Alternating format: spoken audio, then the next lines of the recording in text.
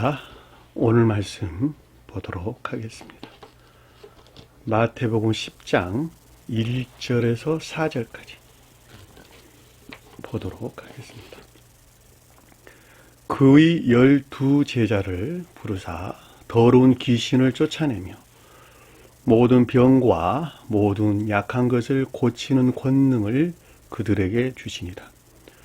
12사도 이름은 이러하니 베드로라 하는 시몬을 비롯하여 그의 형제 안드레와 세베대의 아들 야고보와 그 형제 요한, 빌립과 바돌로메, 도마와 세리마테, 알페오의 아들 야고보와 다데오, 가나안인 시몬과 가룟 유다, 곧 예수를 판자라.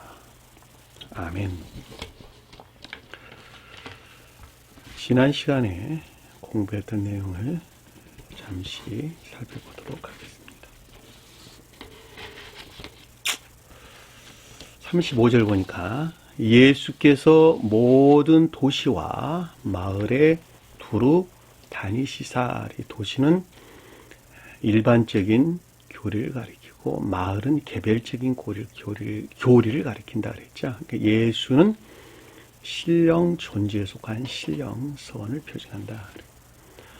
저와 여러분들 입장에서 볼 때는 주님에게서 말미암는 신령선을, 주님께 속한 신령선을 표징한다, 이렇게 설명해 볼 수 있겠죠. 그래서 주님에게서 말미암는 신령한 천적인 선에서 파생되어서 일반적으로나 개별적으로 모든 교리 안에 있다. 두루 다닌다라는 데리고 다닌다 이런 뜻이에요. 페리하고. 그래서 데리고 오다, 가져오다, 인도하다 이런 뜻입니다. 그러니까 일반적으로나 개별적으로 모든 교리들에도 적용되고 있다. 아무 상관이 없겠죠. 그렇죠? 자, 그들의 회당에서 가르치시며라는 말은 기역지의 교리나 지식들이 신령 교훈 안에 있다. 또는 주님에게서 말미암는 거룩한 가르침 안에 있다 해도 아무 상관이 없겠죠. 이 회당이라고 하는 것은 교리나 또는 교리에 속한 지식들을 일컫는 말씀의 뜻입니다. 가르친다는 말은 디다스코, 교훈, 또 신령 교훈, 그렇죠. 가르침들, 거룩한 가르침들을 가리킨다라고 하는 것을 잘 볼 수가 있겠죠. 무엇에 대한 가르침이었냐 그랬더니 천국 복음을 전파했다 이렇게 설명이 됐는데, 이 전파한다라고 하는 것은 임류나 적용을 일컫는 말씀의 뜻입니다. 전도하는 것 가리키는 거 아니에요.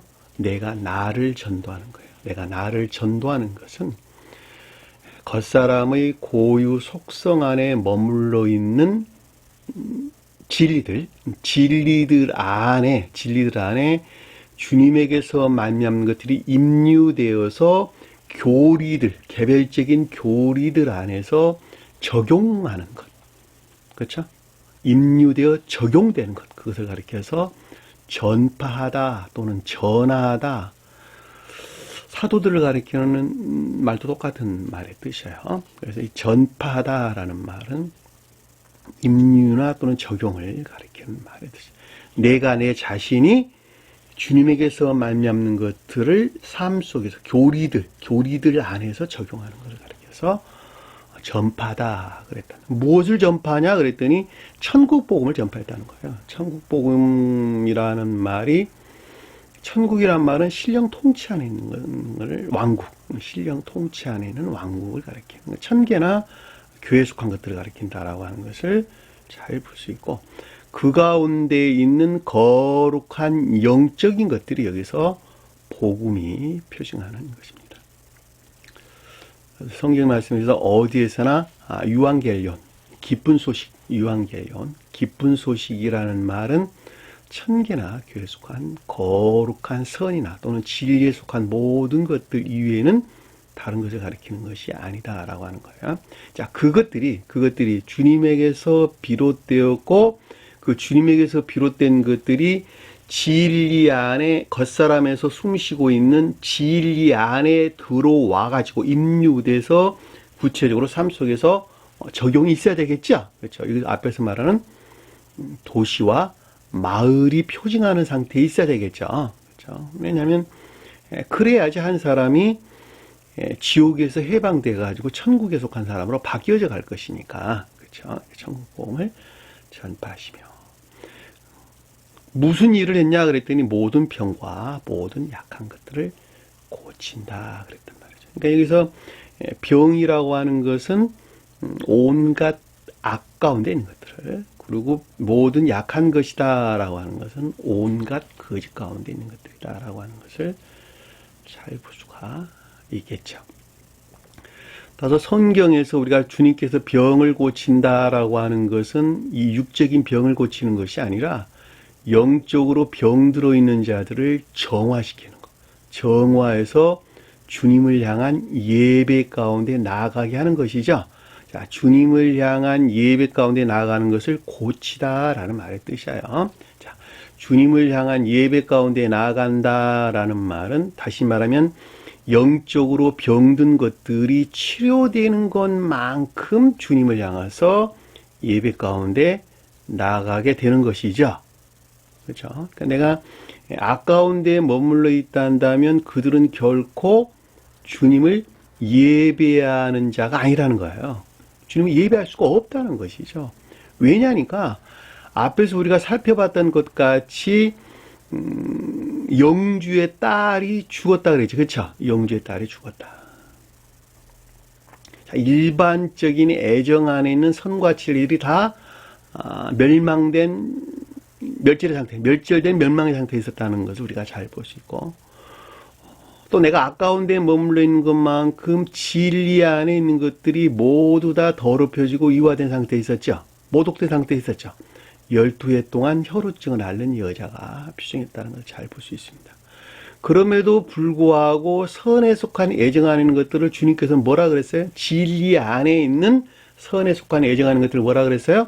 죽는 것이 아니라 잔다 이렇게 이야기했어요. 다시 말하면 그 애정 안에 있는 것들이 역시 겉사람의 고유 속성 안에 그대로 머물러 있다는 거예요. 그러니까 겉사람의 고유 속성 안에 머물러 있는 것만큼 귀신 들린 자가 되는 거예요. 그렇죠? 자, 귀신 들렸다는 말이 탐욕 가운데 있다는 말의 뜻이죠. 탐욕 가운데. 그러니까 유전 악에서 말미암아 생득적으로 가지고 나온 탐욕 안에 진리 안에는 모든 것들이 그 가운데 갇혀 있다는 거예요. 갇혀 있다. 그래서 그것이 병들은 상태에 있죠. 그렇죠? 그러니까는 탐욕에서 떠나는 것만큼 눈이 열렸죠. 그렇죠? 눈이 열렸다. 눈이 열렸다는 말은 영적인 것들은 이해나 깨달음을 가리킨다라고 하는 것을 잘 볼 수 있고, 영적인 것들을 이해하고 깨닫는 것에서 귀신이 표징하는 탐욕 안에 있는 것들이 분리시키는 것에서 어떤 지각이 있었고, 내적인 지각이 있어 거기서 말미암는 교리들의 시인이 있었지요. 자, 귀가 열린 자, 귀신 들려 기멍어리자가 기멍어리가 귀신이 떠나는 것에서 말을 하기 시작했다. 자, 순종이 있게 되었다는 것을 우리가 잘 볼 수 있죠. 자, 그와 같은 것들 안에 있는 것들이 일반적으로나 개별적인 교리들에서 지금 적용되고 있는 것이 35절 이하의 우리에게 설명되고 있는 것을 잘 볼 수 있죠. 역시 그 가운데 있는 것들은 천국 복음이다라고 하는 것을 잘 볼 수가 있겠죠. 왜냐하면 눈이 열리고 귀가 들린 데서, 기머거리가 치료받은 데서 비롯된 교리들이 시인 안에 있는 것들은 모두가 다 천계나 교회에 속한 것들로 자기 자신에게서 비롯된 것은 하나도 없고 오직 주님에게서 비롯되었다라고 하는 것을 잘 볼 수가 있단 말입니다. 그것이 곧 병과 약한 것을 치료하는 것이고, 그 치료되는 것만큼만 주님을 향한 예배 안에 나가는 것이죠. 그렇죠? 고치느니라라는 말이 우리에게 설명돼서 나온 것입니다. 그렇죠?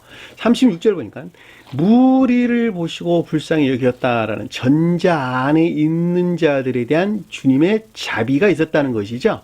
주님의 신령 자비가 있었다. 왜냐하면 주님께서 보시고 불쌍히 여겼다라고 하는 건 주님의 자비가 있을 것이니까 당연한 것이죠. 아픈 자식을 부모가 바라보는 마음도 똑같죠. 자식을 어떻게든지 살려야 되겠다. 살려야 되겠다라고 하는 주님의 부모님의 사랑이 그 가운데 함께 있는 것을 우리는 잘 볼 수가 있겠죠. 그래서 무리를 보시고 불쌍히 했다라고 하는 것은 전자 안에 있는 것들에 대한 주님의 신령 자비가, 또 기억지에 속한 모든 것들에 대한 신령 자비가 있었다 해도 아무런 상관이 없겠죠. 자, 그 불쌍히 여긴 것이 뭐였냐 그랬더니 목자 없는 양 같았다는 거예요. 고생하며 목자 없는 양 같았다. 이 고생이라는 말이 온갖 진리들이 결핍 상태에 있는 자들, 그러니까 진리들이 결핍된 거짓에 속한 속박 가운데 있는 자들이 고생한 가운데 자리죠.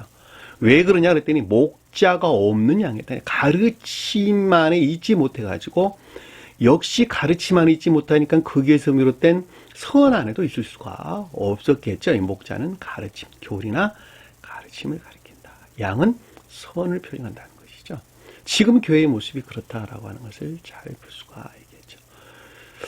영적인 것들을 결코 알 수 없으니까 영적인 것들에서 비롯된 선 안에도 역시 있을 수가 없단 말입니다. 따라서 영적인 것들에 대해서 눈이 열려야 되고 그것들이 무엇인지 깨닫는 지각이 있어야 되겠죠. 그래야지 바른 교리의 시인이 있을 것이니까 그 바른 교리에서 시인되는 진리들이 여기서 양이 표징하는 거예요. 목자 없는 양이, 목자가 가르침에서 비롯된 양이 표징한다라고 하는 것을 잘 볼 수가 있겠죠. 그러니까 목자가 없는 양이다라고 하는 것은 가르침들이 없으니까 당연히 가르침에서 비롯된 선 안에 있을 수 없는 거예요. 그러니까 가르침에서 비롯된 선 안에 있지 못한 것을 가리킨다라고 하는 것을 잘 볼 수 있죠. 자, 그만큼 뭐예요? 결여되어 있겠죠. 선들이 결여되어 있는 상태를 여기서 기진합니다. 유리되어 있다, 팽개쳐져 있다 이런 뜻이에요. 리터라는 단어입니다. 던져져 있다는 말로도 우리가 이해해 볼 수가 있겠어요. 선이 결여된 상태로 있다라고 하는 것을 잘 볼 수가 있어요. 내가 아무리 진리들이 가르침에서 비롯된 선 안에 있고자 하나 가르치는 자의 지식자가 지혜 안에 있지 못해가지고 그 가르침이 다 곡해되거나 왜곡돼 또는 이화되어 있다면 그것으로부터 결코 선 안에 있을 수가 없겠죠. 이 세교회 안에서도 마찬가지라는 말이죠. 가르치는 선생이 그러한데 어찌 그 가르침을 받고 있는 양들이 또한 그러하지 않을 수가 있겠어요. 가르치는 자가 지혜로워야지 가르치는 자의 말을 듣고 순종한 그 종들도 또한 지혜로운 자가 되는 것 아니겠습니까? 당연한 이야기죠. 심지어 곡해 성경 말씀의 문자적인 뜻들을 왜곡해가지고 교리를 만들어낸 지금 개신교나 카톨릭교에 속한 자들이, 목자들이, 가르치는 목사들이 성경 말씀을 안다라고 하는 것은 불가능한 이야기고, 전혀 알지 못한 데에서 비롯된 그것들이 믿음 안에 있는 성도들은 얼마나 더 불쌍하냔 말이죠. 바른 선생 안에 있지 못해가지고 그들을 지옥으로 보낼 수 없겠죠. 주님께서는. 그러니까 그들의 교리를 시인하지 아니하고 마음에서 받아 확증하지 아니하고 교리, 또 진리들이 가르침에 대한 열망이나 갈망 가운데 있는 자들, 그럼에도 불구하고 소박한 선이 간직된 삶 가운데 있는 자들, 그들을 들어가지고 그들을 들어서 그들의 애정의 성질에 일치해가지고 눈을 여는 것, 그것이 소경이 눈을 뜬다라는 말의 뜻이고, 눈을 여는 것에서 영적인 것들이 무엇인가라고 하는 것, 선 안에 있는 것들과 악 가운데 있는 것들이 무엇인가라고 하는 것을 교리적으로 이해했던 것을 깨닫기 시작하는 것을 귀가 열린다라는 말의 뜻이고, 그것에서 비롯돼 바른 교리들이, 시인들이 있겠죠. 바른 고백들이 있겠죠. 그것이 말을 한다, 귀머거리가 말을 한다는 말의 뜻이란 말입니다. 그러니까 여기서 목자가 없는 양이라는 말이 그런 뜻이에요. 그러니까 반드시 우리는 주님께 세운 목자로부터 말미암는 가르침 안에 있어야 되는 거예요. 선 안에 있어야 되는 거예요, 우리는. 그래서 그때 비로소 선 안에 있을 수가 있다라고 하는 것을 잘 볼 수가 있겠죠. 자, 37절, 38절. 지난 시간에 제가 설명을 드렸는데, 여러분들이 좀 이해하기가 많이 좀 난해하겠다라는 그런 생각을 제가 했습니다.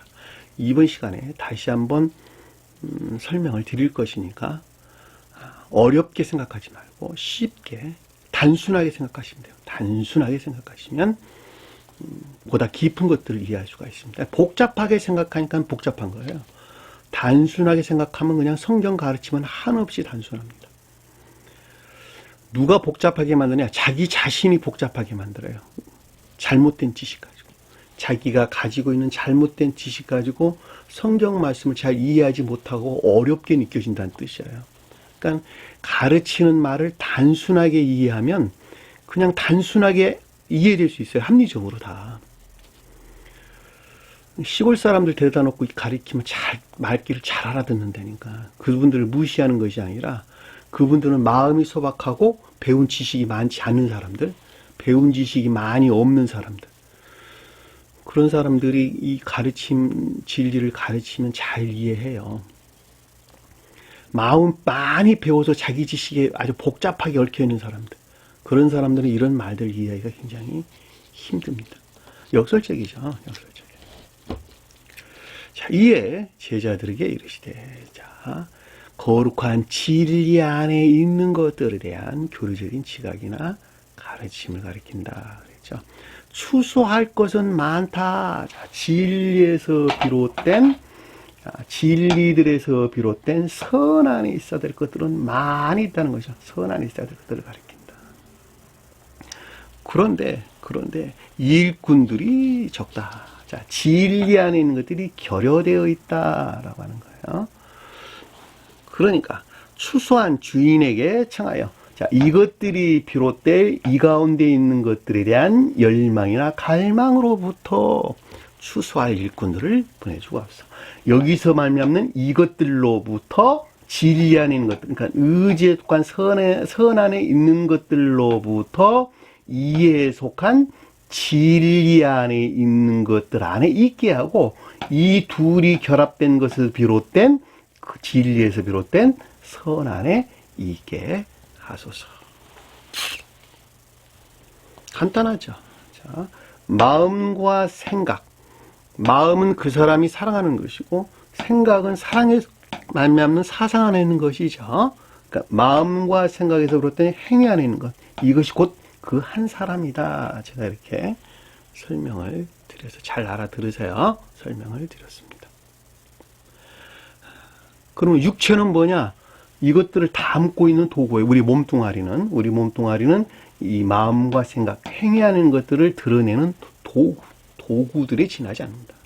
그러니까 도구들의 마음을 쏟는 사람들은 본질을 잃어버리는 사람과 똑같아요. 생명을 잃어버리는 사람과 똑같아요. 이 세상에 있는 모든 것들은 다 마음과 생각, 행위하는 것들이 내 육체를 섬기는 거꾸로 있어, 거꾸로. 질서가 뒤바뀌어져 있다, 이 뜻이에요. 내 육체가 마음과 생각, 행위하는 것들을 섬기는 것이 아니라 거꾸로 있어요. 그러니까 성형수술도 하고, 먹는 음식, 대식가들, 먹는 음식 쫓아다니고, 옷 잘 입는 것, 맨날 이런, 매스컴에서 나온 것들이 다 그것들에 관계되는 것들이잖아요. 아름답게 꾸미는 것. 성형수술하고 기타 등등 여러 가지 것들. 자, 이것들이 다 육체 성격 같은데, 마음과 생각이 그것들을 섬긴다는 거예요. 거꾸로 되어 있어요. 우리가 이제 여기서 알아야 될 것은 마음과 생각이 하나로 결합된 행위 안에 있다라고 하는 것이죠. 행위 안에 있다. 자, 마음과 생각이 하나로 결합된 행위 안에 있는데, 기억지의 지식에서 비롯된, 진리를 사랑하는 자들은 기억지의 지식에서 비롯된 것들을 행하고자 하는 어떤 적극적인 마음, 뜻하고자 하는 적극적인 마음, 무엇을 이루고자 하는 적극적인 마음, 의지가 있겠죠. 그렇죠? 자, 여기 의지에서 비롯된 생각이 있겠죠. 생각. 그것을 가리켜서 의지와 이해다 그랬단 말이죠. 이해다, 의지와 이해. 자, 의지와 이해에서 비롯된 것은, 이건 다 의지와 이해는 진리에서 비롯된 것들이죠. 기억지, 지식이나 진리에서 비롯된 것들을 행하고자 하는 적극적인 마음을 의지. 그리고 이해한, 깨닫게 된 데서, 터득된 것에서 알게 된 진리 안에 있는 것들이 이해죠. 그러니까 의지에 속한 마음과 이해에 속한 생각이 있겠죠. 그렇죠? 이해는 분별이나 판단을 가리키는 것이니까. 그렇죠? 이것이 기억지라고 하는 진리들이 가르침에서 비롯된 교리나 지식 안에 있는 것들을 이해하는 것이죠. 그래서 의지에 속한 마음으로부터 이해에 속한 생각 안에 있는 것에서 선한 행위가 나오겠죠. 자, 선한 행위가 나옵니다. 여기서 하면 추수할 일꾼들을 보내주고 왔었어. 자, 이와 같은 것들이 여기서 비롯된 것으로부터 나와야 되겠다는 거예요. 이것이, 그러니까 이해에 속한 생각 안에 있는 것들이 의지에 속한 마음 안에 있는 것들을 도와가지고 이 의지에 속한 마음에서 비롯된 행위 안에 있어야 된다는 거예요. 그럴 때 비로소 선한 삶 가운데 있을 것이니까. 그렇죠. 근데 이것이 어느 한 날에 성취되는 것이 아니라 이 의지에 속한 마음 안에는 뭐가 자리 잡고 있냐 그랬더니 탐욕이 자리 잡고 있단 말이에요. 탐욕이. 자기 사랑이나 세상 사랑에 속한 악들이 자리 잡고 있어요. 그러니까 세상 사랑이나 자기 사랑에 속한 악들이 떠나는 것만큼 거기에서 말미암는 지혜나 총명 안에 나가겠죠. 그렇죠? 자, 지혜나 총명 안에 나가서 떠난 지혜나 총명에서 비롯된 교리들이 적용된 삶 가운데, 선한 삶 가운데 있겠죠. 그렇죠? 그러면 악들을 어떻게 떨쳐내냐라고 하는 것은, 악들을 떨쳐내는 것만큼 우리는 이 선한 마음 안에 나가고, 선한 마음 안에 나가는 것만큼 지혜나 총명 안에 나가고, 지혜나 총명 안에 나가는 것만큼 선한 마음과 지혜나 총명에서 비롯된 선한 삶 가운데 있겠죠. 그럼 악을 떨쳐내는 것이 문제네. 뭐가 주인으로 자리 잡고 있는, 여기서 말하는 주인에게 청한다 그랬는데 이 주인이 우리 마음을 가리키는 것이니까, 이 주인이 악 가운데 있다면 악에서 말미암는 악한 생각에서 악한 열매를 낼 것이고, 이 주인이 선한 마음에 있단다면 선한 마음에서 비롯된 선한 생각에서 선한 행위가 나오겠죠. 주님께서 말씀하셨잖아요. 선한 마음, 악한 나무가 선한 열매를 맺을 수 없다. 선한 나무가 악한 열매, 좋은 나무가 악한 열매를 맺을 수 없다. 악한 나무가 좋은 열매를 맺을 수 없다. 당연한 이야기죠. 그러니까 악을 떨쳐내는 것은 무엇에서 비롯되느냐? 우리가 앞에서 공부했던 것 같이 눈을 뜨고 귀가 열린 데서 비롯된 순종, 눈을 뜨고 귀가 열린 데서 비롯된 순종에 비례해가지고, 순종에 비례해서 악들이 떠나는 거예요. 그러니까 악을 죄로 알고 떨쳐내는 것, 무엇을 깨닫는 것이냐? 눈이 열리고 귀가 열리는 것은 악이 뭐라는 것을 깨닫는 거예요. 악이 뭐라는 것. 선 깨닫는 거 아니에요. 악을 깨닫는 것. 악을 깨닫고 그것을 떨쳐내는 것만큼 보다 내적으로 진행하게 되고, 내적인 지혜나 깨달음이 있게 되고, 내적인 지혜나 총명 안에 나아가는 것만큼 보다 내면적인 악들을 깨닫게 됩니다. 보다 내면적인 악을 떨쳐내는 것만큼 보다 선들이 순수해지고, 보다 선들이 순수해지는 것만큼 보다 지혜나 총명 안에 나가게 되고, 보다 지혜나 총명 안에 나가는 것만큼 순수해진 선과 지혜나 총명하는 것들이 하나로 결합된 순수한 선 안에 있게 된단 말이죠. 자, 이것이 한 사람이 영적으로 성장하는 과정이에요. 그리고 마지막 이 마음 안에 있는 악을 떨쳐내, 내면적인 마음 안에 있는 악을 떨쳐내게 될 때 그 자리에 대신 주님에게서 말미암는 거룩한 선이 주입되게 되는데, 그것이 진정한 주인이에요. 여기서 말하는 진정한 주인. 진정한 주인, 그 선으로부터 진정한 지혜나 총명 가운데 나가게 되고, 그 지혜나 총명과 하나로 결합된 선으로부터 행위에 속한 진리 안에 있을 때, 행위에 속한 진리 안에 있을 때, 교리들이 적용된 선한 삶 가운데 있을 때, 그것이 곧 열매를 가리키는 사랑에 속한 선이다. 또는 인에 속한 선이라는 말로 우리에게 설명돼서 나오는 내용입니다. 그 말이 지금 여기서 37절과 38절이 우리에게 주는 가르침입니다. 그러니까 이 문장 37, 38절의 말씀이 성경에 기록되어 있는 거의 대부분이에요. 이 관계 안에서 어떻게 사람이 이 내면적인 아까운 되는 것들을 마지막 떨쳐내서 대신 주님에게서 말미암는 거룩한 선이 주입되어 그 거룩한 선에서 말미암는 지혜나 총명으로부터 선한 삶 가운데 있을 수 있겠냐는 거예요. 이거 진리에 비롯된 성이란 말이죠. 열매. 응? 성경에서 말할 때. 그렇죠?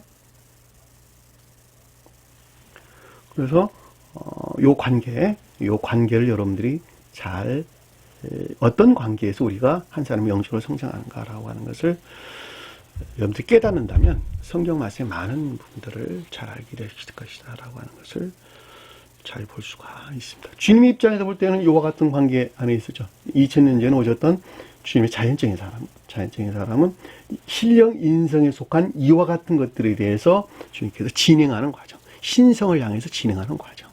그렇죠? 자, 악을 떨쳐내는 것만큼 선 안에 나가게 되고, 선 안에 나가는 것만큼 진리를 깨닫는 지혜나 총명 가운데 나가게 되고, 지혜나 총명 가운데 나가는 것만큼 보다 내면적인 악들을 깨닫게 되고, 보다 내면적인 악들을 죄라고 떨쳐내는 것만큼 또한 지혜나 총명 가운데 선 안에 나가게 되고, 그 선 안에 나가는 것만큼 또 지혜나 총명, 보다 내면적인 지혜나 총명 가운데 나가게 돼요. 이게 질서예요. 지혜나 총명으로부터 악이 뭐라는 걸, 보다 내면적인 악이 뭐라는 것을 깨닫고 그것을 죄라고 떨쳐내는 것만큼 보다 선에서 순수하게 고양돼서 제고돼서 나가고, 보다 제고된 선 안에 나가는 것만큼 지혜나 총명, 이와 같은 것들이 중생의 여정에서 계속된다라고 하는 거예요. 성경 말씀에서 우리에게 가르치는 가르침들은 천적인 교회에 속한 자들은 7년이 걸린다. 영적인 교회에 속한 자들은 21년이 걸린다. 믿음 안에 있는 자들이죠. 자연적인 믿음으로부터 영적인 진리에 대한 애정 가운데 있는 자들은 21년이 걸린다. 천적 영적인 사람들은 14년이 걸린다. 성경이 우리에게 가르치는 가르침이에요. 그러니까 여기서 지금 말하는 귀신들이 한날에 떠날 수 없고, 우리가 한날에 주님께서 말하는 지혜나 총명 가운데 있을 수 없고, 역시 한날에 거듭날 수가 없다라고 하는 것을 잘 볼 수가 있겠죠. 여기까지가 우리가 지난 시간에 공부했던 내용입니다. 자, 이 시간에 공부했던 내용을 보도록 하겠습니다. 10장 1절 보니까 예수께서 그 12 제자를 부르사, 그러니까 앞에 있는 것들이 성취되는 것에서 비로소 복합체의 거룩한 진리 안에 나아가는 것이죠. 왜냐하면 그 전에는 전부 다 말씀도 가르침이 무엇인지도 알지도 못하고 이해하지도 못하고 역시 깨달아서 순종 가운데 있을 수도 없었는데, 귀신들이 떠나는 것만큼 이제 떠나는 것에 비례해서 우리가 선 안에 나가게 되고, 선 안에 나가는 것만큼 지혜나 총명에서 비롯된 복합체의 거룩한 진리 안에 나가기 시작하는 것이죠. 그래서 여기서 12제자가 그래서 나오는 거예요. 10장 1절에. 자, 12제자. 12제자는 12이라는 말은 여기서 예수란 단어 없는 단어예요. 그의 12제자를 부르사. 12제자랑은 천개나 교회에 속한 복합체의 거룩한 진리들을 가리킨다. 그렇죠? 주님 입장에서 볼 때는 신령 인성에 속한 복합체의 거룩한 진리들을 가리킨다라고 하는 것을 잘 볼 수가 있겠죠. 그 진리들은 뭐하냐 그랬더니 귀신을 쫓아낸다 그랬단 말이니까, 더러운 귀신을 쫓아낸다. 더러운 영을 쫓아낸다. 그러니까 복합체의 거룩한 진리들은 거기서 말미암는 능력으로부터 무슨 일을 하냐 그랬더니 더러운 귀신이 아니에요. 더러운 영을 쫓아낸다. 그러니까 자기 사랑이나 세상 사랑에 속한 온갖 탐욕적인 악에 속한 거짓들을 분리 배척해내는 능력을 가지고 있다는 것이죠. 권능을 주었다. 능력을 가지고 있다. 실력 능력, 주님의 실력 능력, 또는 저와 여러분들 입장에서 볼 때는 영적인 능력을 가리킨다. 영적인 진리 안에 있는 능력을 가리킨다라고 하는 것을 잘 볼 수가 있겠죠. 이 능력은 모두가 다가 선에서 비롯되는 거예요. 그러니까 악을 죄라고 떨쳐내는 것만큼 선 안에 진행하게 되고 선 안에 진행하는 것만큼 거기에서 말미암는 능력이 나오는 거예요. 이해되셨나요? 그렇죠? 그러니까 더러운 귀신이 나가지 아니하고서는 결코 주님의 능력 안에 있을 수가 없어요. 그러니까 궤도의 일치에서 이것들이 다 일어나는 것들이니까. 그렇죠? 더러운 귀신을 쫓아낸다. 더러운 귀신을 쫓아내는 것이 무엇이냐 그랬더니 아래에 보니까 모든 병과 모든 약한 것을 고치는 것이다 라고 하는 거예요.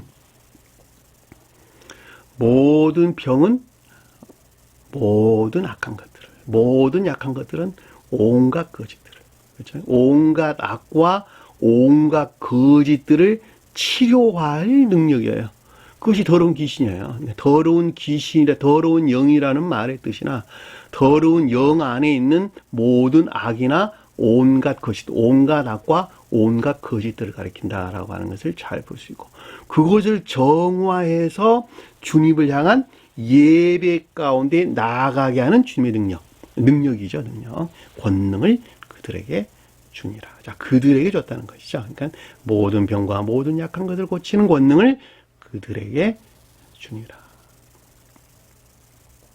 성경에서 열둘이란 말은 복합체의 거룩한 진리 안에 있는 것들을 표징한다라고 하는 것을 우리는 그동안에 제가 여러 번 설명을 드렸죠. 또 다른 곳에서는 144라는 말로 또 다른 곳에서는 14만 4천이라는 말로 우리에게 설명돼서 나온 것을 잘 볼 수 있습니다. 따라서 열둘이라고 말하든 144라고 말하든 14만 4천이라고 말하든 다 같은 말로 선계나 교회에 속한 또는 교회에 속한 복합체의 거룩한 진리 안에 있는 모든 자들 또는 모든 것들을 표징한다. 추상적인 뜻에서는 모든 자들을 가리킨다라고 하는 것을 잘 볼 수 있고 그들을 가리켜서 아래에서는 12사도라는 말의 뜻인데 그 가운데 있는 모든 것들이 거룩한 선에 활착된 사랑에 속한 선이나 인애에 속한 선 안에 있는 자를 가리켜서 12사도다 이렇게 우리에게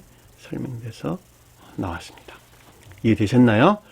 그러니까 숫자로 12를 가리키는 말 아니에요. 그러니까 복합체의 거룩한 진리 안에는 모든 것들이 거룩한 선에 활착된 거룩한 선과 결합된 사랑에 속한 선한 삶이나 인애에 속한 선한 삶 가운데 있는 자들 그들이 가르쳐서 12사도다 또는 12제자다라는 진리 측면에서는 12제자 선의 측면에서는 12사도라는 말로 우리에게 설명돼서 나오는 것입니다. 계시록서 한번 볼게요. 계시록서 7장 아유 죄송해요. 성경책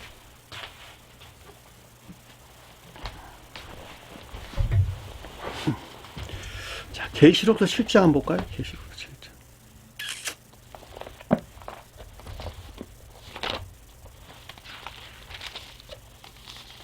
계시록서 7장 보니까 이거 뭐 자세하게 살피는 것은 시간상 어려우니까 우리가 개괄적으로 한번 살펴볼게요. 7장 이후에 내가 네 천사가 땅 네 모퉁이에 선 것을 보니 땅의 사방의 사람을 붙잡아 바람으로 하여금 땅이나 바다나 각종 나무에 불지 못하게 하더라. 이 땅은 영적인 교회를 표징하는 것이죠. 영적인 교회에 속한 모든 것들이 온갖 거짓들로부터 보호했다라고 하는 말로 우리가 쉽게 이해해볼 수가 악과 거짓들로부터 보호했다는 말로 이해해볼 수 있겠죠. 자, 봄에 다른 천사가 살아계신 하나님 인을 가지고 해 돋는 데서부터 올라와서 해 돋는 데서부터 올라왔다는 말은 주님이 사랑에서 비롯됐다라고 하는 것을 잘 볼 수가 있겠죠. 바다와 땅을 해롭게 할 권세를 받은 네 천사를 향하여 큰 소리로 외쳐 이르되 우리가 우리 하나님의 종들의 이마에 인치기까지 땅이나 바다나 나무를 해하지 말라. 땅은 선 안에 있는 우리 마음을, 바다는 지식 안에 있는 우리 마음을, 나무는 그 가운데 진리에서 비롯된 선들을 표시하는 말의 뜻이죠. 그것들이 결코 유해나 폭행을 당해서는 안 된다 그랬단 말이죠. 그리고 내가 인침을 받은 자의 수를 들으니 이스라엘 자손 중에 각 지파 중에서 14만 4천이라. 14만 4천이라는 말이 주님에게서 말미암는 확증된 복합체, 교회에 속한 복합체의 거룩한 진리 안에 있는 모든 자들을 표시한다라고 하는 것을 잘 볼 수 있어요. 아래에서 보니까 각 지파의 1만 2천 그랬는데 1만 2천이란 말은 복합체의 거룩한 진리들이 선과 결합된 충만한 상태를 일컫는 말씀의 뜻이에요. 만인체라는 말이 그 뜻이에요. 왜냐하면 12 곱하기 1000이라는 뜻인데 12는 복합체의 거룩한 진리 안에는 모든 것들을 가리키고 10이라고 하는 단어, 1000이라고 하는 단어는 충만한 상태를 일컫는 말씀의 뜻입니다. 따라서 선과 결합된 복합체의 거룩한 진리들로 충만한 상태, 그것을 가리켜서 12만이라는 말로 설명돼서 나옵니다. 그러니까 12이라고 하는 것은 12사람이 표징하는 것들이 내 마음 안에 다 있다는 거예요. 유기적으로 하나로 결합된 상태. 내 마음 안에 유기적으로 하나로 결합된 영체 안에 있는 상태. 내 마음의 상태가 마음과 생각, 행위 안에 있는 것들이 하나로 결합된 하나 안에 존재하는 유기적인 영체의 형태 안에 있는 모든 것들이 이 주님에게서 말미암는 거룩한 선과 결합된 선한 삶 가운데 있는 자들. 사랑에 속한 선이나 인에 속한 선 안에 있는 자들. 그렇죠? 충만한 상태. 이것들이 결합된 충만한 상태. 그걸 가리켜서 여기서 14만 4천이란 말의 뜻인 것을 우리는 잘 볼 수가 있겠죠. 그렇죠? 이 말을 여러분들이 이렇게 이해하시면 됩니다. 9절에 보니까 이후에 내가 보니 각 나라와 족속과 백성과 방언에서 아무도 능히 셀 수 없는 큰 무리가 나와 흰옷을 입었다. 흰옷을 입었다는 말은 내적 진리 안에 있다는 말의 뜻이죠. 성경에서는 외적 진리와 내적 진리인데 내적 진리는 영적인 내적 진리들을 흰옷 그랬어요. 외적 진리들은 겉옷이 우리에게 표징해 주는 것입니다. 그러니까 선과 결합된 내적 진리들을 흰옷이란 말로 우리에게 설명돼서 나왔습니다.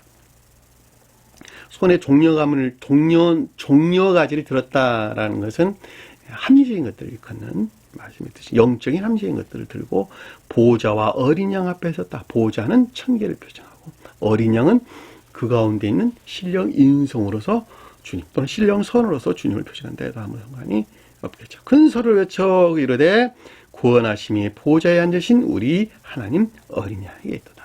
자, 전자에 속한 모든 것 구원한다는 말은 온갖 악과 거짓들에서 분리된 주님에게서 말미암는 사랑이나 인이 안에 있는 것이죠. 그것이 구원하심이에요.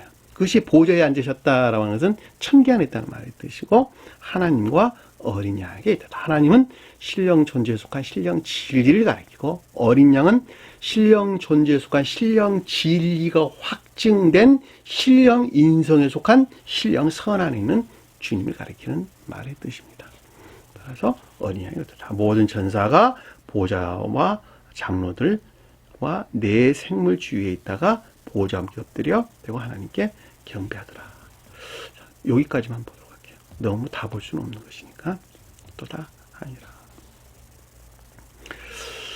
계시록서 21장 한번 볼게요. 계시록서 21장.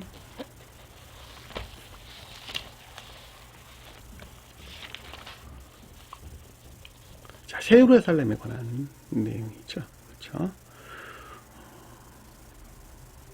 새 예루살렘 10절은 성령으로 나를 데리고 큰 높은 산 올라가 하나님께로부터 하늘에서 내려온 거룩한 성 예루살렘을 보이니 예루살렘은 영적인 교회를 거룩한 성이다라고 하는 교리 안에는 모든 것들이 12이 표징하는 상태에 있다 그 말이에요. 교리 안에는 모든 것들이 12이 표징하는 상태에 있다. 그러니까 선과 결합된 복합체의 거룩한 진리 안에 있다. 그 말을 가리켜서 거룩한 성. 그들이 영적인 교회를 표징한다는 것은 우리가 잘 볼 수가 있겠죠. 그리고 그 가운데 있는 순진무구한 진리들, 순수한 또는 거룩한 또는 정결한 진리들, 성결한 진리들을 가리켜서 12보석이 표징하는 것입니다. 그 가운데는 천사고 저 세상에서는 천사라고 그러고 이 세상에서는 사람이라고 그러죠. 그래서 천사와 사람의 치수가 같더라 그랬어요. 어디에 나와요 그게? 쭉 아래 내려오면 여기 나와 17제 보니까 성곽을 측정함에 144큐빗이니 144라는 것은 10이나 144 다 같은 말이라고 제가 설명을 드렸죠. 그러니까 복합체의 거룩한 진리 안에 있는 것들이 있는 자들이 곧 천사였고 그 가운데 있는 자들이 곧 사람인 것을 우리는 잘 볼 수가 있어요. 저 세상에서는 천사라고 그러고 이 세상에서는 사람이라고 그럽니다. 따라서 이 세상에서 사람은 영으로는 천사고 육으로는 사람인 것을 잘 볼 수가 있겠죠. 그리고 아래에 나온 12보석들은 그들이 시인 고백하는 정결한 또는 성결한 또는 순수한 거룩한 진리들을 우리에게 표징해 준다라고 하는 것을 잘 볼 수가 있습니다. 자, 개괄적으로 이렇게 살펴봤어요. 결론부터 말하면 복합체의 거룩한 진리 안에 있는 모든 자들이 선과 결합된 복합체의 거룩한 진리 안에 있는 모든 자들이 새 예루살렘 거룩한 성이라고 일컫는 새 예루살렘에 속한 자다라는 말의 뜻이고 결국 그들이 14만 4천이라는 말과 동일한 뜻으로 모두가 다 구원받은 자들이다라고 하는 것을 잘 볼 수가 있습니다. 따라서 14만 4천이 표징하는 상태에 있지 아니한 자들은 그만큼 앞에서 우리가 언급돼서 나왔던 귀신 들린 자가 되는 것입니다. 역시 병든 자들이고 온갖 악과 거짓 가운데 있는 것입니다. 왜냐하면 그것이 생득적으로 터득된 사람의 본성, 탐욕이기 때문에 그렇다라고 하는 것을 우리는 잘 볼 수가 있겠죠. 그렇죠? 여러분들이 14만 4천 명만 구원받는데 이런 말은 있을 수가 없어요. 생각을 한번 해보세요. 저 세상 광대무변하다며 천국은 근데 14만 4천 명만 들어가면 되겠어요? 말이 안 되잖아요. 14만 4천이 표징하는 상태에 있다라고 하는 것입니다. 그러니까 여러분들이 지금 여러분 자신들로 한번 생각해 보세요. 내가 14만 4천들이 표징하는 그런 상태에 내가 있느냐라고 하는 거예요. 거룩한 진리들이 가르침으로부터. 거룩한 진리들이 가르침 안에 있을 수 없어요. 왜? 목자가 없었으니까 그동안에.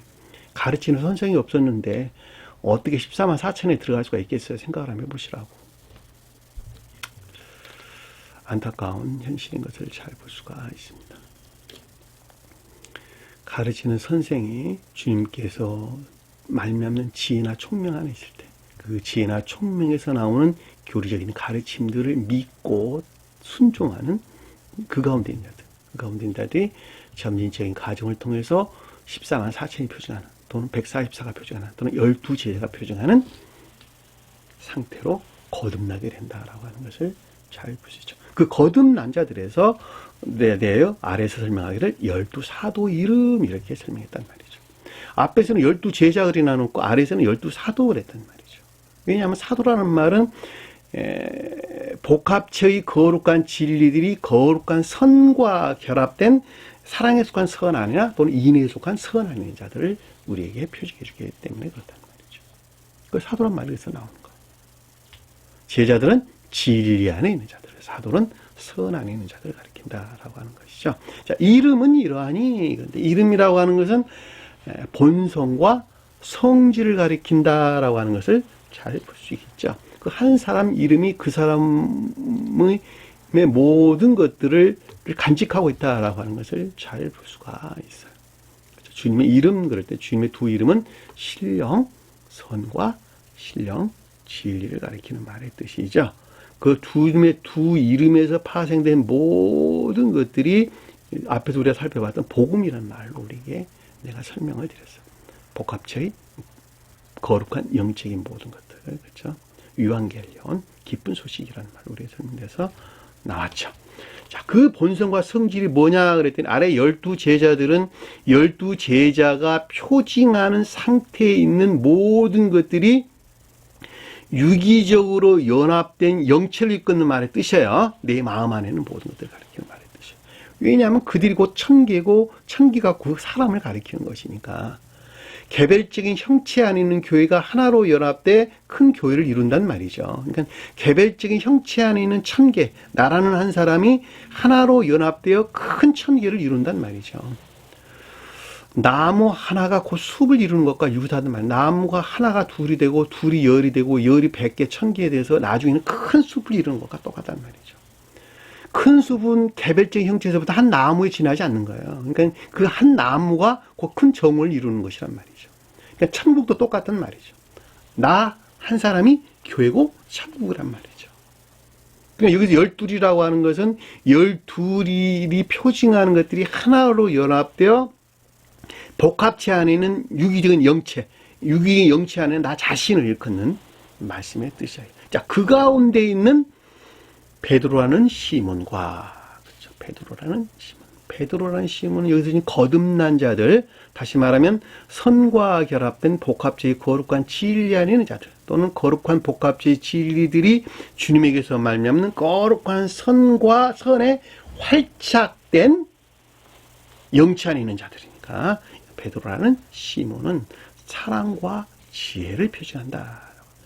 중생 초기에는 베드로가 믿음을 표징하죠. 근데 중생한 자들은 그 믿음이 지혜나 총명 안에 있게 되는 것입니다. 시몬은 의지에 속한 믿음을 가리키는 것이죠.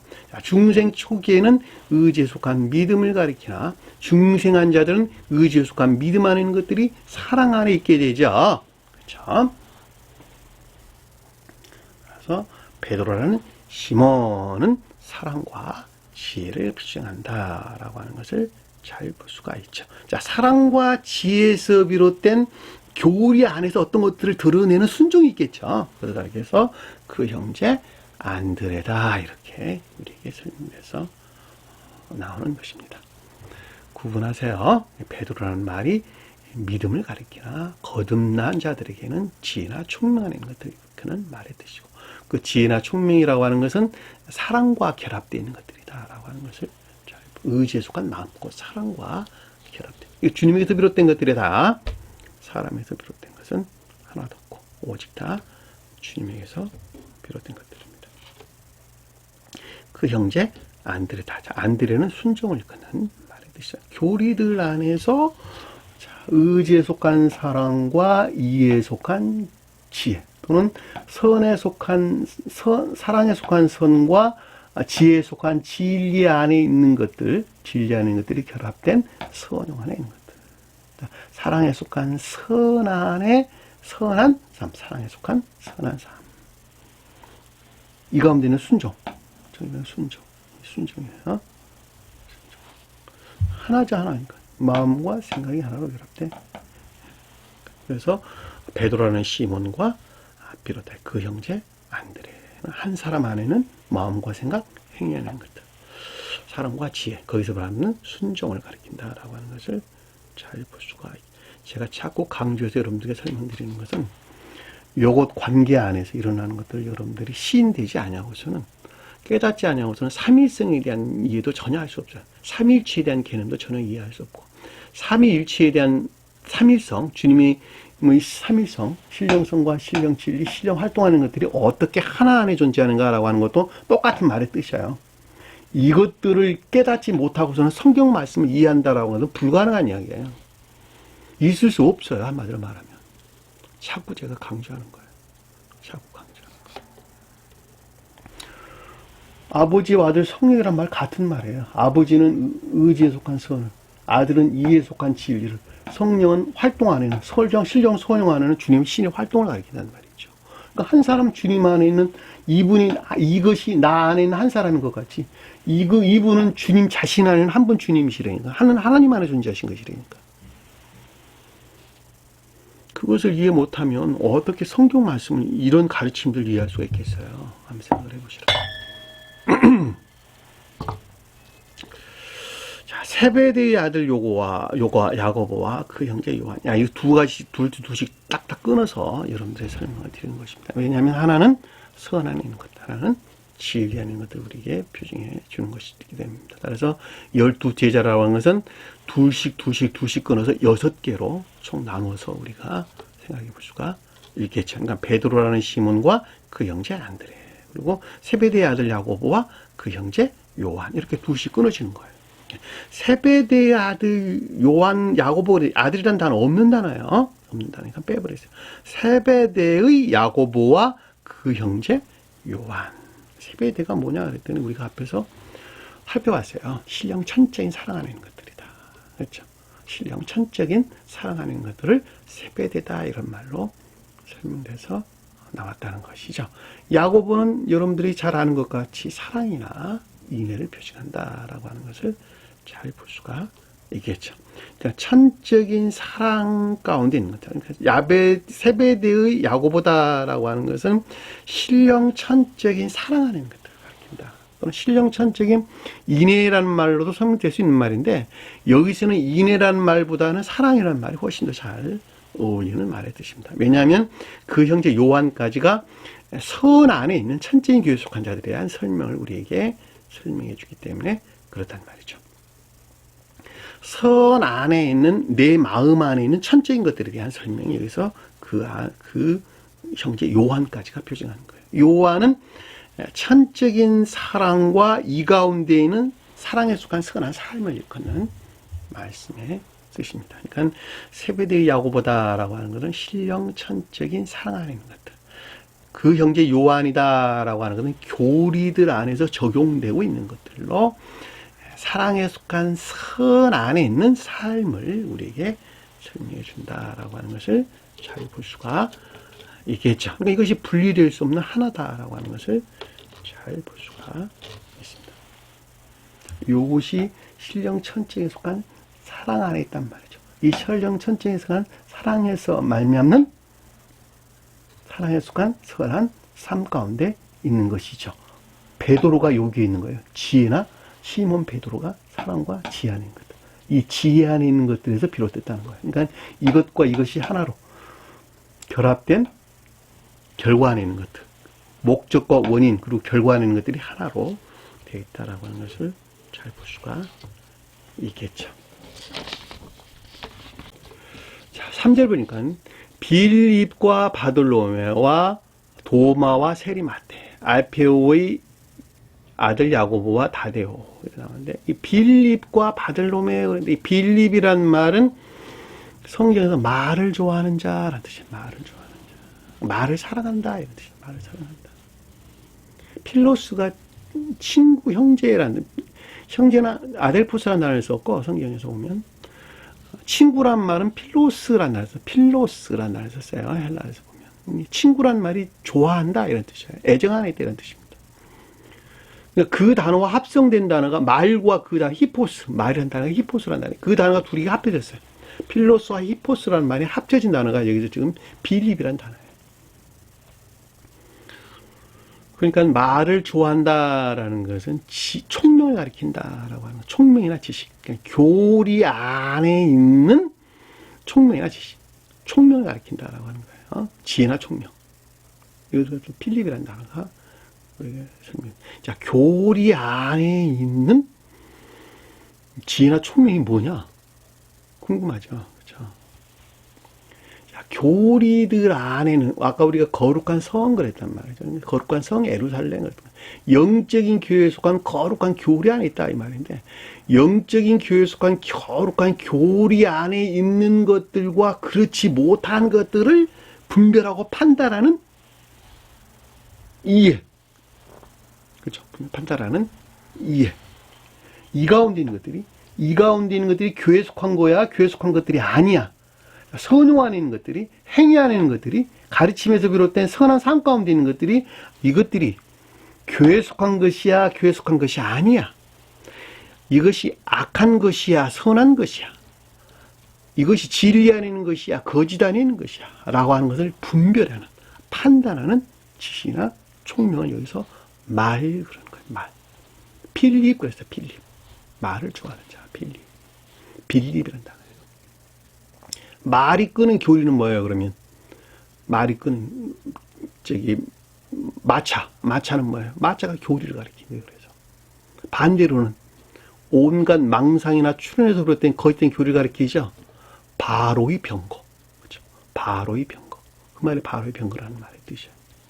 여기서는 지금, 필립이란 말은 지혜나 총명한 것들을 가리킨다라고 하는 것을 잘 볼 수가 있겠죠. 그걸 빌립이란 말로 우리에게 설명돼서 나왔습니다.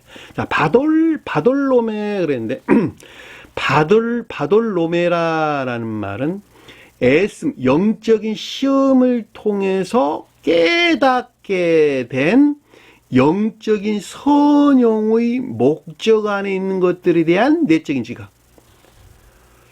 영적인 선용에 속한 내적인 지각. 그냥 간단한 말로 설명하면 그래요. 영적인 선용에 속한 내적인 지각. 자, 영적인 선용에 속한 내적이라는 지각이라는 것은 온갖 영적인 시험을 통해서 깨닫게 된, 이것이 선용 안에 있는 것이구나라고 하는 것을 아는 내적인 지각. 이것을 바돌로메라는 말로 우리에게 설명돼서 나왔습니다. 이 바돌로메라는 말은 히브리어 바르와 탈마이라는 단어를 합성한데, 이 바르란 말은 아들이란 뜻이에요. 아들. 히브리어로 바르, 아들. 돌매의 아들. 바돌로메라는 돌매의 아들인데, 이 아들이라는 말은 바르가 뜻하는 말이고, 이 돌매란 말은 탈마이라는 단어인데, 박고랑을 해치고 들어가다 이런 뜻이에요. 박고랑을 해치면서 들어가다 이런 뜻이에요. 받침을 받지. 영적인 교회에 속한 것들. 영적인 교회에 속한 것들을 해치고 들어가는 지각. 깨달음. 그것이 어디서 비롯되냐? 박고랑이 있다는 말은 갈았다는 이야기 아니겠어요? 진리들이 애쓰고 수고했다는 말 아니겠어요? 그러니까 영적인 시험. 진리들이 애쓰고 수고한다는 말은 시험 가운데 있다는 말의 뜻이니까. 영적인 시험을 통해서 깨닫게 된 선용하는 것들이 무엇인가라고 하는 내적인 지각을 바돌로메. 그러니까 영적인 선용에 속한 내적인 지각을 가리켜서 바돌로메다라는 말로 우리에게 설명돼서 나왔습니다. 자, 도마와 세리마테. 이 도마는 쌍둥이란 단어예요. 히브리어 타옴, 쌍둥이란 단어와 타암, 완성하다, 한 쌍이 되다, 이런 뜻에서 유래된 단어입니다. 그러니까 쌍둥이라가 이 완성하다, 한 쌍이 되다, 이런 뜻이에요. 그러니까 교리 안에 있는 선과 결합된 진리 안에 있는 선용. 자, 교리들 안에 있는 것들로 선과 결합된 진리에서 비롯 안에 있는 선용. 진리 안에 선용을 가리키는 말의 뜻입니다. 자연적인 일들 안에 있는 선용. 그것을 가리켜서 도마란 뜻이에요. 자연적 일들 안에 있는 선용. 자연적 일들 안에 있는 선용. 또는 행위 안에 있는 것들. 그것을 가리켜서 도마라는 말의 뜻입니다. 도마.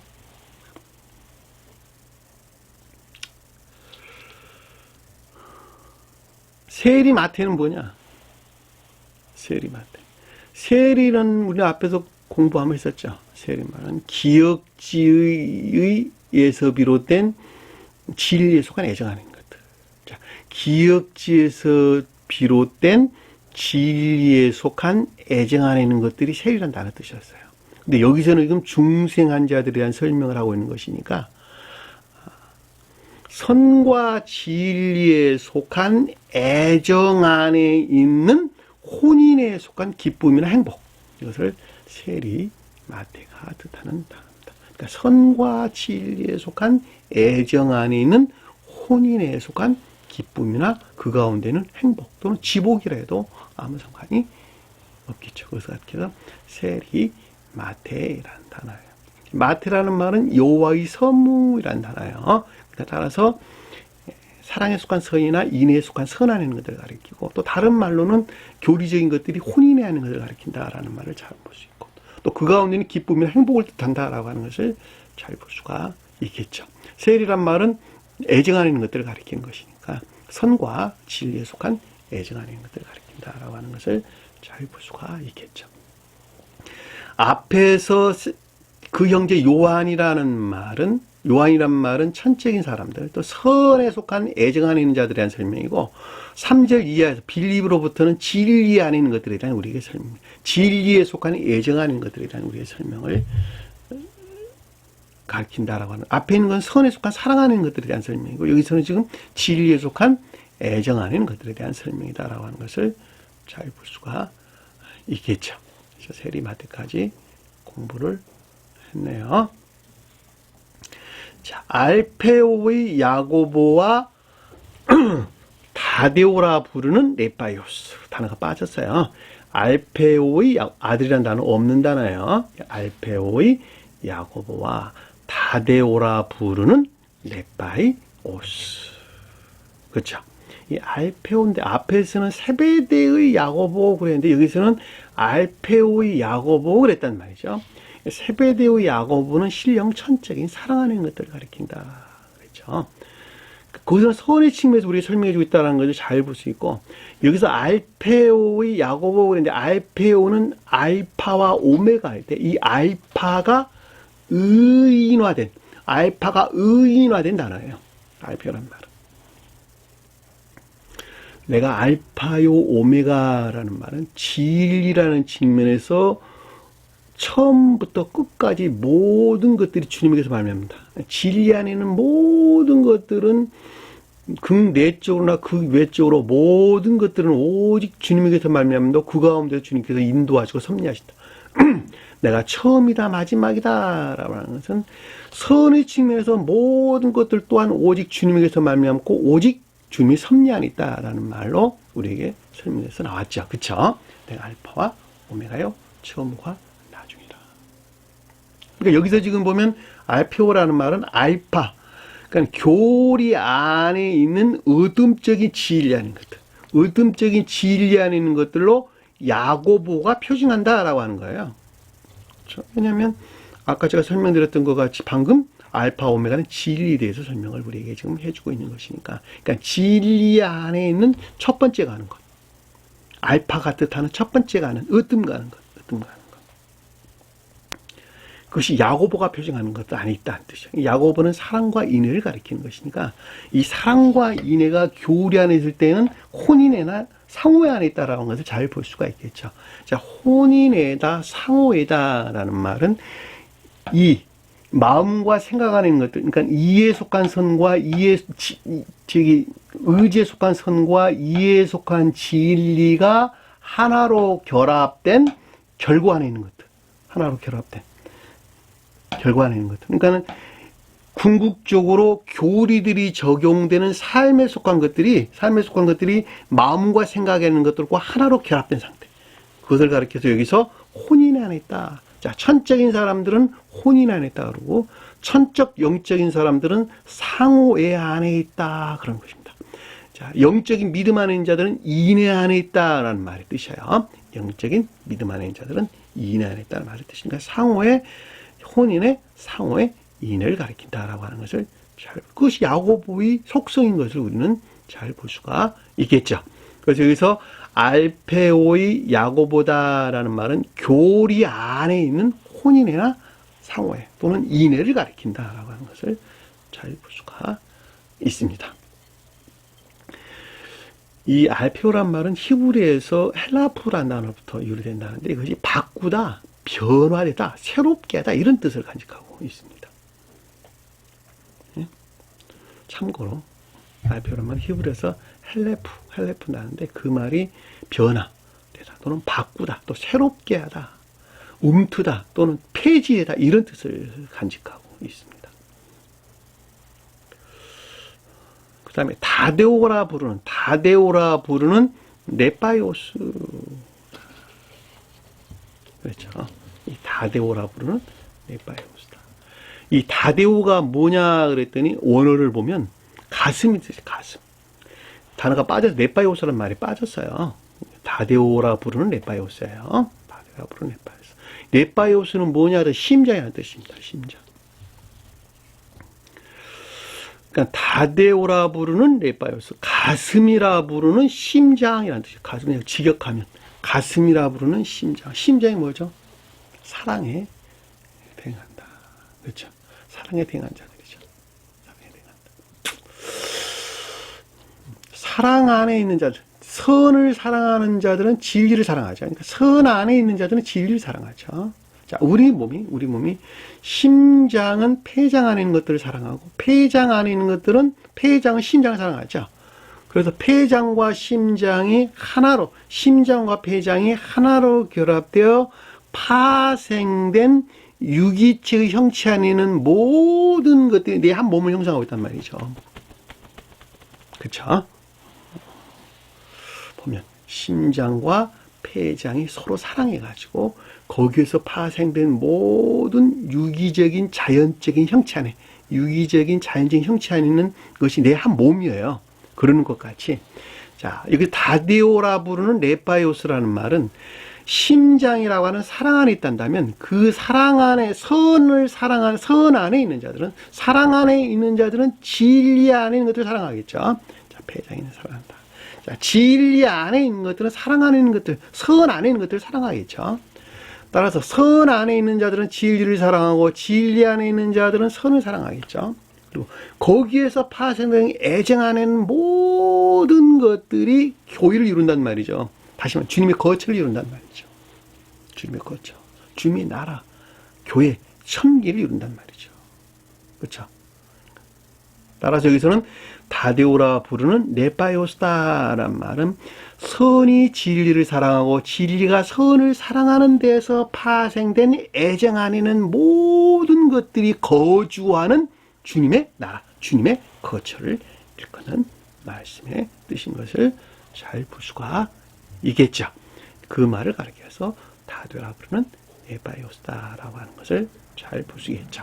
자, 이들은 가나안은 시몬과 가룟 유다다라고 하는 거예요. 자, 가나안은 시몬이다라고 하는 것은 선과 결합된 합리적인 것들 안에 있다 그 말이에요. 가나안이 뭐냐 그랬더니 복음자를 새로 짓다 그런 뜻이에요. 가나안이란 말. 그래서 가나안 땅을 영적인 교회 그런단 말이죠. 세우다. 카나라는 단어 유래됩니다. 카나. 그렇죠? 그러니까 이 가나안이라면 새로 짓다, 새로 짓다, 차지하다, 복음자를 새로 만들다, 세우다 이런 뜻입니다. 그러니까 진리들에서 비롯된 교회를 가리켜서 가나안 땅 그랬단 말이에요. 가나안 땅을 영적인 교회를 표정한다. 그래서 우리에게 설명해서 주는 것입니다. 따라서 가나안이 시몬, 시몬은 의지에 속한 우리 마음을 가리키는데 제가 아까 설명드릴 때 사랑과 지혜 있는 자를 가리킨다 그랬잖아요. 앞에서 우리가 살펴봤어요. 베드로는 시몬이 사랑과 지혜 있는 것을 가리키니까 여기서 시몬은 의지에 속한 사랑 안에 있는 것들. 그러니까 이 말은 가나안 시몬이라는 말은 의지에 속한 사랑과, 그러니까 의지에 속한 사랑과 결합되어 있는 내적인 또는 합리적인 것들 또는 천적 영적인 합리적인 것들 가리켜서 가나안이 시몬이라는 말로 잘 볼 수가 있어요. 그러니까 여기서 지금 다데오라 부르는 네파이오스 안에 있는 주님이 함께 하시는 주님이 현존하는 주님의 거처 안에 있는 자들은 가나안인 시몬이 표징하는 거룩한 선과 결합된 내적인 합리적인 것들 안에 있다. 또는 천적인 영적인 것들 안에 있다는 것을 잘 볼 수가 있고, 자, 그 가운데 있는 것들은 자연적인 천적인 선 안에 있다는 거예요. 자, 관능적인 생명과 결합되어 있는 자연적인 천적인 선을 가리켜서 가론 유다가 표징합니다. 가론 유다. 가론 유다란 말은 관능적인 생명과 밀착되어 있는 자연적인 천적인 선을 가리켜서 가론 유다다라는 말씀에 뜻이에요. 이 가롯이란 말은 히브리어에서 위시, 남자의 뜻이에요. 위시란 말은 남자를 가리키는 말의 뜻입니다. 그리고 키르야란 단어인데 그 키르야란 말이 마을, 성, 도시 이런 뜻이에요. 그러니까 위시가 남자의 교례 안에 있다 이 뜻이에요. 남자의 교례 안에 있다. 남자의 교례 안에 있다. 근데 그것이 유다가 뜻하는 상태에 표징하는 것들을 간직하고 있다는 것이죠. 그러니까는 이 관능적인 생명, 왜냐하면 교리들은 전부 다 관능적인 생명과 밀착되어 있는 상태를 가리키는 것이니까 자연적인 것들은 전부 다 관능적인 생명과 밀착되어 있다는 말이죠. 손과 발이 일해야 되는 관능적인 생명과 밀착되어 있단 말이죠. 관능적인 생명과 밀착되어 있는 자연적인 천천선을 가리켜서 가룟 유다가 표현합니다. 유다는 유대라는 말, 유대 땅 이럴 때 유대란 말의 뜻이나 유다란 말의 뜻이나 같은 말로 야곱이 레아의 관계에서 낳은 넷째 아들이죠. 그렇죠? 넷째 아들이 유다입니다. 야곱은 자연적인 진리에 속한 믿음 안에 있는 자들을 표정하고 레아는 자연적인 진리에 속한 믿음 안에 있는 애정들을 표정하죠. 그리고 라헬은 영적인 진리들의 애정, 자연적인 진리에 속하는 애정 안에 있는 자들이 영적인 진리에 속하는 애정 안으로 나아가고자 하는 열심이 있을 때 라헬을 얻고자 한다. 야곱이 라헬을 얻고자 한다. 이 말입니다. 따라서 여기서 지금 야곱이 레아의 관계에서 낳은 유다는 거듭난 자들의 측면에서 볼 때는 이 자연적인 모든 것들이, 자연적인 진리 안에 있는 모든 것들이 주님에게서 말미암는 사랑과 지혜에서 비롯된 교리 안에 있단 말이죠. 교리 안에 있단 말이죠. 그러니까 이것이 곧 유다가 표정하는, 가룟 유다가 표정하는 자연적인 천적인 선을 가리킨다라고 하는 것을 잘 볼 수가 있겠죠. 그렇죠? 곧 그를 판자라. 예수란 단어 없는 단어예요. 그를 판자라. 그를 팔았다는 그를 넘기다 이런 뜻인데 이 넘기다는 말이 곁에 주다 이런 뜻이에요. 곁에 주다. 멋멋 곁으로부터 주다 이런 뜻이에요.